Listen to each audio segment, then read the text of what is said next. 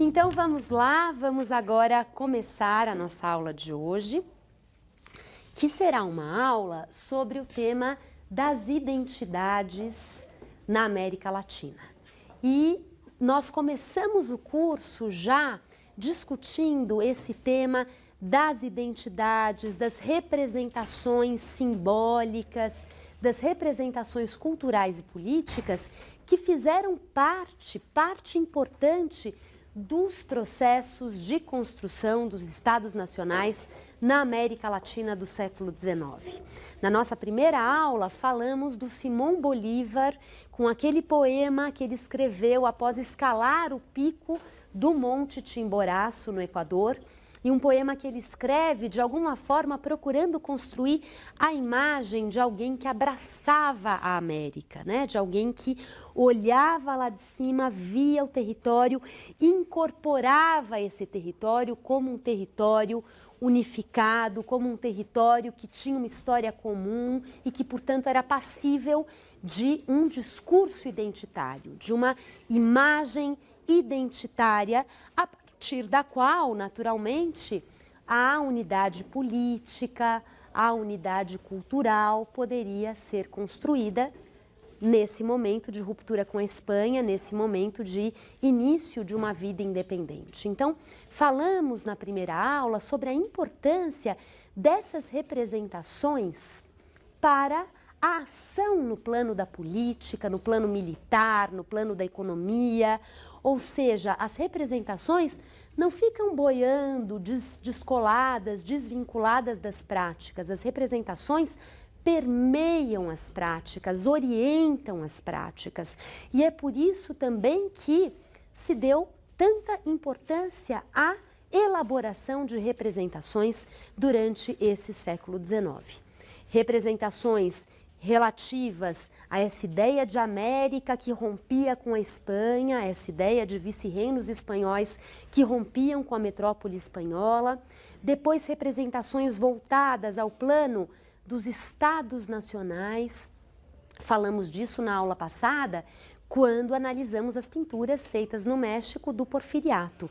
Então, a construção de um discurso sobre a nação, sobre o passado dessa nação, o passado desse povo, e um discurso que, claro, não é um discurso imparcial, um discurso neutro, mas um discurso que vai sendo organizado, que vai sendo, os elementos que compõem o discurso vão sendo selecionados de acordo com intencionalidades políticas, com intencionalidades culturais. Vimos no caso do México essa ênfase no passado remoto das populações indígenas e um certo desprezo pelos índios do presente, pelos índios do México contemporâneo. Então essas escolhas vêm carregadas de sentidos e, no entanto, elas são de fato uma matéria rica e fértil para a construção de representações que legitimam, que fortalecem os projetos em cena.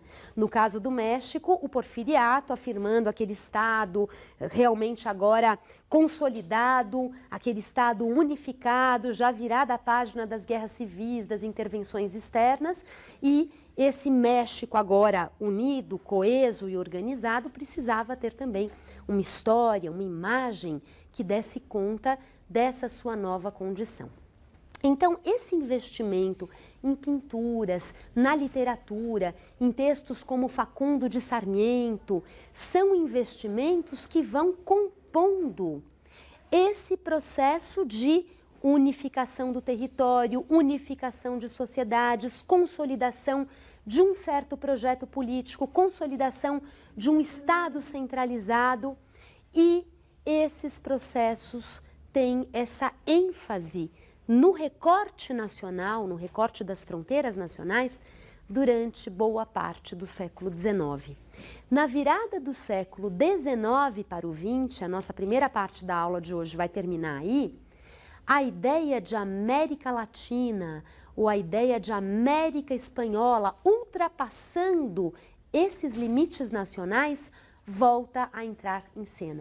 E entra em cena com o José Martí, cubano, e com o José Henrique Rodó, um autor uruguaio. Esse é um momento de inflexão na história dos discursos identitários que se produzem na América ao longo do século XIX. Então, no começo, com o Bolívar, também no começo com Andrés Bello, esse intelectual que foi tutor do Bolívar, do jovem Bolívar, que morou na Inglaterra e que depois se estabeleceu no Chile. A Elisabeth Proudhon falou do Andrés Bello na aula que ela deu a vocês. O Andrés Bello aparece no texto da Mary Louise Pratt, que vocês leram para hoje.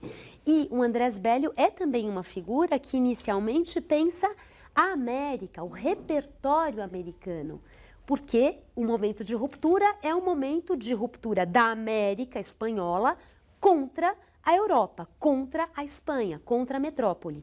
Então, o referencial é essa América. Depois, os estados ganham forma e os discursos se voltam, sobretudo, para os estados nacionais. Eles é que estão em jogo naquele momento.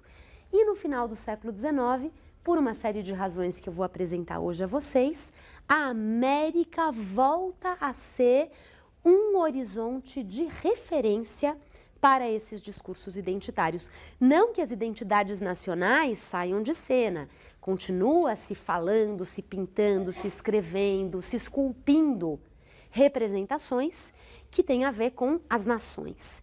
Mas, paralelamente a isso, a ideia de América, América Espanhola, América Latina, Indo-América, os conceitos são escolhidos de acordo com as intenções do autor, mas a ideia de uma América que ultrapassa as fronteiras nacionais volta a entrar em cena na virada do 19 para o 20. Então, hoje nós vamos fazer um percurso que nos leva até esse ponto, que é o ponto de passagem da virada do século, anunciando também algumas questões que vão aparecer no curso de História da América Independente 2. Bom, a primeira coisa que eu queria relembrar com vocês, nós falamos disso na primeira aula, há um livro que eu acho muito interessante para se pensar esses temas das identidades sociais, regionais, nacionais, continentais, que é o livro do Edward Said, chamado Cultura e Imperialismo. Lembram-se disso? Cultura e Imperialismo, que é um livro publicado há muito tempo no Brasil pela Companhia das Letras, em que o Edward Said discute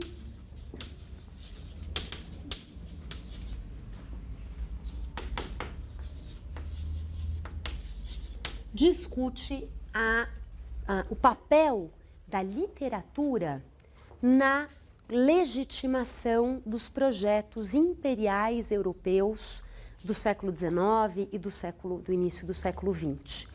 Um livro em que ele vai mostrar justamente que a literatura europeia, inglesa, francesa, ao falar do ambiente de uma Europa conectada ao além-mar, conectada às suas colônias no além-mar, a literatura ajudou a tornar natural essa relação entre império e colônia, entre povos dominantes, povos subjugados, a noção de civilização, a noção do fardo do homem branco que tem o dever de civilizar o povo colonizado, uma imagem que vem dos textos do Kipling, do Rudyard Kipling, e o Kipling é um dos autores analisados pelo Said no Cultura e Imperialismo.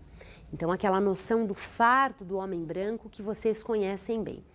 E, ao mesmo tempo, nesse livro, o Said também analisa a produção literária de povos colonizados em vias de se emancipar, ou seja, o papel que teve a literatura também na resistência, nas estratégias de resistência, de reação dos povos subjugados aos impérios que dominavam o seu país, a sua sociedade. E é nesse ponto de pensar também que a literatura se prestou à construção de imagens que fortaleceram os movimentos de resistência anti-imperial, que o Said faz uma proposição que eu acho muito interessante, que é a seguinte, isso já na introdução do livro ele deixa muito claro.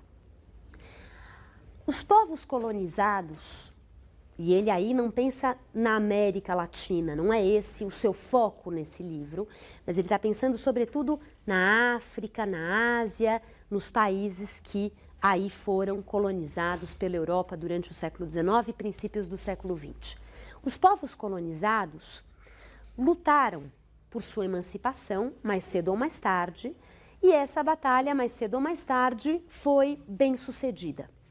Mas a conquista militar da independência não significa o fim do processo de emancipação, porque esse processo, na verdade, enfrenta uma segunda etapa que é muito mais demorada, que é muito mais complexa, que é muito cheia de idas e vindas, de avanços e de retrocessos, que é uma etapa que ele chama de uma etapa de remapeamento do território imaginário das populações colonizadas. Ou seja, essas populações, enquanto foram colonizadas, foram objeto de discursos imperiais que as depreciaram. Foram populações que receberam toda uma carga de representações simbólicas depreciativas que justamente justificavam a dominação. São dominados porque são inferiores. E o Said propõe que os povos colonizados, uma vez emancipados, enfrentam esse desafio de remapear esse território imaginário e ressignificar esse território imaginário com referenciais afirmativos, com elementos, com adjetivos, com concepções que valorizem essas populações ao invés de denegri-las. E esse processo de ressignificação de um imaginário social que foi introjetado pelos povos colonizados é um processo difícil, lento e absolutamente fundamental para que essa emancipação possa de fato acontecer. Nós, vivendo na América Latina, conhecemos muito bem esse sentimento, né, do desafio que é o de ressignificar esse plano imaginário que foi construído ao longo de séculos e que precisa de autonomia intelectual, autonomia cultural, para que nós possamos pensar a nós mesmos com outros olhos, com olhos não colonizados. E esse processo, na verdade, continua fazendo sentido, ele continua em cena. Então, o Said faz essa proposição, vai mostrar de que forma a literatura escrita na África, na Ásia, nessa passagem do século XIX para o XX, foi uma literatura que procurou assumir essa posição, que procurou assumir esse desafio de participar desse lento e difuso processo de remapeamento, de recolonização do território imaginário com um distanciamento em relação ao discurso imperial e a busca por repertórios que não fossem resultado dessa experiência de colonização. É claro que a experiência de colonização jamais será completamente desentranhada, ela faz parte da história e não pode ser simplesmente ceifada. No entanto, ela pode ser ressignificada aos poucos. Então, essa é a proposta que o Said faz e que eu vou levar na aula de hoje para uma análise sobre dois momentos da construção de discursos identitários na América Latina do XIX. Um primeiro que vem das chamadas projeções imperiais, que é o título da aula, né? As projeções imperiais sobre a América, e um segundo momento que é um momento, então, de uma busca, de uma afirmação por novas perspectivas, novas interpretações sobre essa América que valoravam e se desprendiam do viés imperial para justamente recuperar a dimensão positiva, afirmativa dessas populações americanas, latino-americanas, hispano-americanas, indo-americanas. Então esse é algo que se manifesta com força na virada do século XIX para o XX, e depois esse se torna um tema por excelência da história da América no século XX, atravessando, por exemplo, o momento das vanguardas literárias, das vanguardas artísticas na América Latina, através da pintura, através da poesia, através da literatura, todo um contexto, especialmente depois da Primeira Guerra Mundial, em que a busca pelo nacional, pelo Brasil profundo, pelo Peru profundo, pela cultura popular, pela cultura indígena, afro-americana e assim por diante, ganha espaço, né? Então, aqui vamos falar de uma primeira centelha que se acende nesse sentido, mas que acompanha depois os intelectuais, os artistas, os escritores na América Latina de todo o século XX. Bom, para terminar essa introduçãozinha teórica, eu quero lembrá-los também de algo que eu mencionei muito rapidamente no primeiro dia, o fato de que o livro do Said, Cultura e Imperialismo, foi pioneiro e, ao mesmo tempo, se alimentou e dialogou com uma corrente mais ampla de textos teóricos que se produziram nas últimas décadas e que são conhecidos como o campo da crítica pós-colonial. A crítica pós-colonial são vários os autores que falam, que escrevem em nome da crítica pós-colonial. O Said, de alguma forma, dialogou com esse grupo, ajudou a incentivar a formação desse campo, conhecido como campo da crítica pós-colonial. E esse campo do conhecimento, que foi um campo que ganhou espaço nas ciências humanas nas últimas décadas, é um campo que conta com participação de especialistas de várias áreas das ciências humanas, mas que tem uma importante presença dos críticos literários. A crítica literária tem um pé muito forte na crítica pós-colonial, mais do que a história, embora a história também em vários momentos se aproxime e incorpore referenciais, preocupações da crítica pós-colonial. O próprio Eduardo Said, como vocês sabem, era um crítico literário. Dessa crítica colonial, são vários os autores que se destacam e com textos pesados, com textos teóricos complexos, carregados. Eu não vou entrar nisso na aula de hoje, mas quero lembrar a vocês que houve uma projeção importante de autores indianos na construção desse campo. E esses autores indianos, que têm uma experiência de colonização muito distinta da experiência de colonização que se deu na América Latina, que se deu nas Américas de maneira geral, desde fins do século XV, princípios do século XVI. Então, são experiências de colonização muito distintas em vários sentidos, mas as questões que esses autores colocam a partir da Índia são questões que muitas vezes são reconhecidas como questões legítimas também para as Américas, Américas que de uma forma ou de outra também são pós-coloniais, né? As Américas também se reconhecem nessa condição de sociedades pós-coloniais. E, resumindo aqui muito genericamente, uma preocupação que é central e comum aos críticos pós-coloniais é a preocupação com justamente as possibilidades de emancipação do pensamento, emancipação das categorias de análise que nos instrumentalizam para pensar a nós mesmos, para pensar sobre nós mesmos. As categorias que nós empregamos para pensar a história da América Latina são categorias muito tributárias do pensamento europeu, das ciências humanas europeias. E a questão que autores como Chakrabarty, por exemplo, colocam é em que medida isso não nos aprisiona e não nos impede de pensar a nossa realidade de uma forma mais livre, mais versátil, mais aberta, porque muitas vezes aquilo que vem de fora não se aplica a nós. E a gente faz um esforço muito grande para tentar colocar essa camisa de força onde ela não cabe.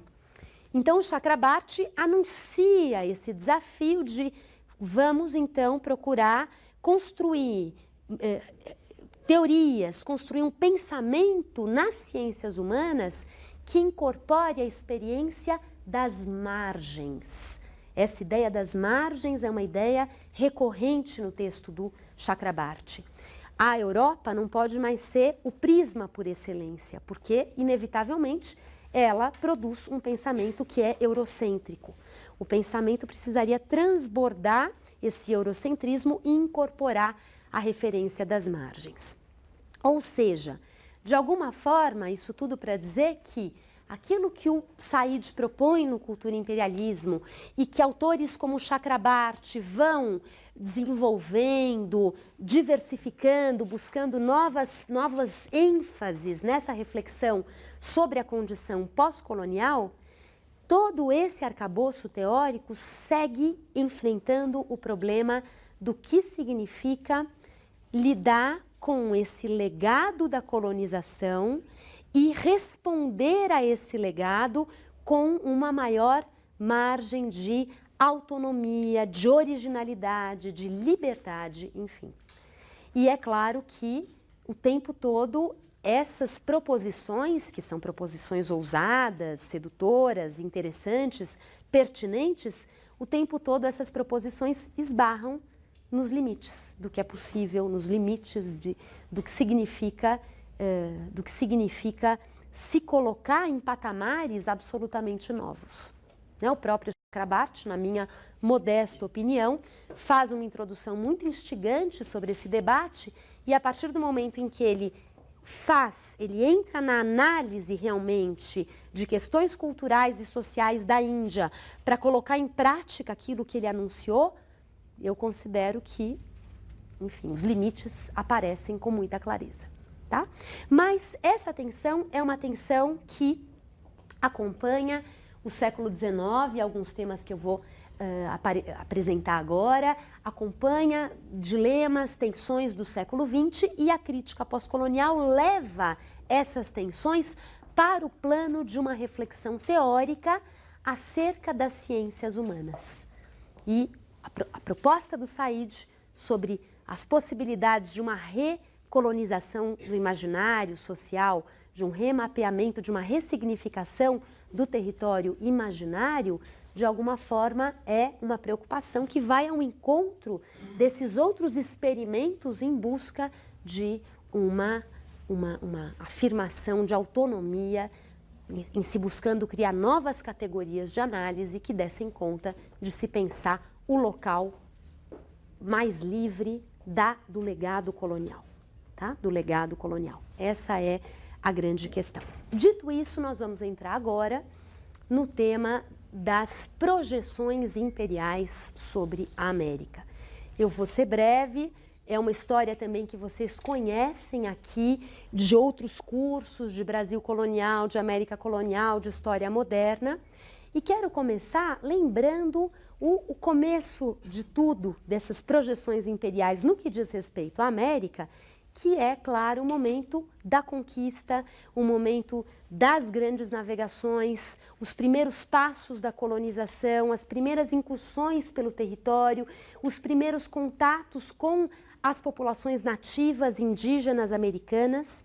E todo esse começo de Colombo, de Pedro Álvares Cabral, de outros viajantes que aqui aportaram, é um começo que, como escreveu Sérgio Buarque de Holanda, no Visões do Paraíso, uma referência caríssima a esse tema, Visões do Paraíso de Sérgio Buarque de Holanda, ou como escreveu o Todorov na Conquista da América e a Descoberta do Outro, que é outro livro referencial para essa temática, esses primeiros contatos foram informados por todo um imaginário que dizia respeito às Índias Orientais, que dizia respeito a uma expectativa, a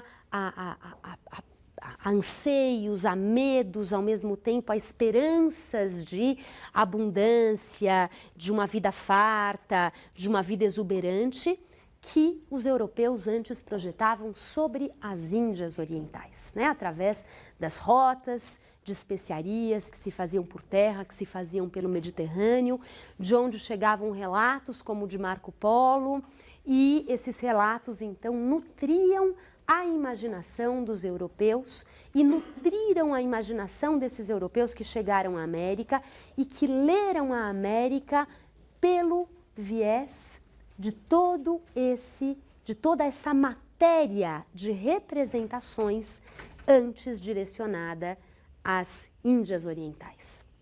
Então, essa matéria serve de filtro, serve de crivo para que esses viajantes pudessem interpretar, descrever, apreender algo de radicalmente novo que eles encontravam aqui.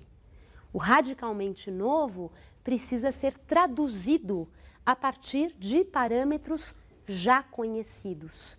E essa é uma discussão também muito bonita que se faz ainda hoje na história. Por exemplo, François Hartog tem vários textos que voltam aos gregos, que voltam aos viajantes de Homero, para pensar justamente essa relação entre a identidade e a alteridade.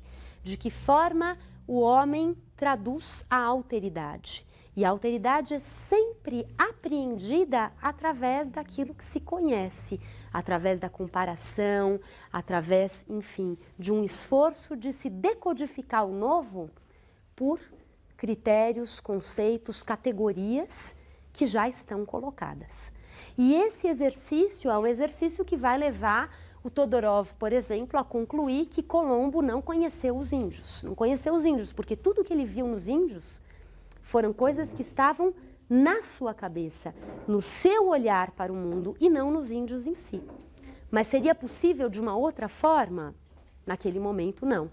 Então, são textos muito ricos que vão mostrando a maneira pela qual se construíram os primeiros discursos sobre a América. Discursos que vinham carregados desse imaginário fantasioso em que havia monstros, em que havia também eldorados, em que havia extremos de ameaça e de felicidade que se projetavam sobre uma terra até então vazia de representações. Vazia de representações, obviamente, que aos olhos dos europeus. As populações aqui nativas representavam fartamente, sofisticadamente esse ambiente, esse território. Mas para os europeus, aquele território era radicalmente novo e precisava ser preenchido, inclusive do ponto de vista da cartografia. Há estudos interessantes sobre os mapas que se fizeram da América e aquilo que se fazia constar nesses mapas. O que havia nesses interiores ainda não alcançados pelos desbravadores, né?